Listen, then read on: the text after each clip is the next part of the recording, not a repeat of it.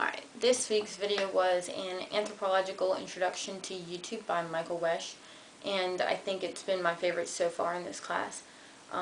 Just had a lot of interesting points, and one of the first things that made me think of was the difference between a two-way video and just the one-way. And it seems like, just based on the types of things that YouTube has started and what I've seen of two-way video, it seems like the one-way is more productive and produces a better conversation in a way, because it's not the back and forth.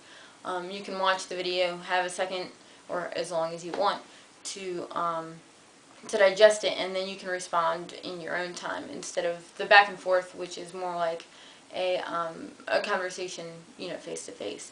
But it seems like it's just a new way of thinking and conversing, and like it works really well for a lot of people.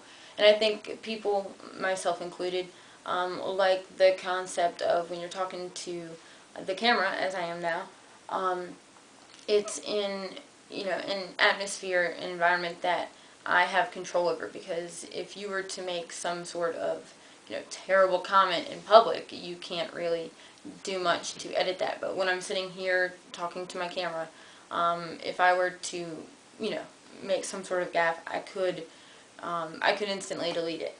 And I think that's comforting and lets people come out of their shell a little bit.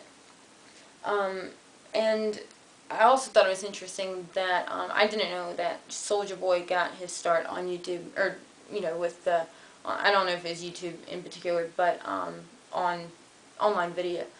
And I think that that's really interesting. When you take like the Numa Numa guy, everybody knows him. Not everybody, but most of the society today that's involved in technology. I'd say a good percentage of them are familiar with the video, but at the same time, he didn't get a record contract out of it. And I think that's an interesting take, because you don't have to be the mainstream media to get your face out there. You can get yourself out there, and as was shown in the last election, that it had a really large influence. But I wonder if does it reduce the importance of the mainstream media, or does it hold them to a higher standard because anybody can do anything? But I thought overall that the video was really interesting and one of the best that we've seen so far. I thought his outlook on everything and a new viewpoint from what I'd seen previously was really interesting. And that's about it.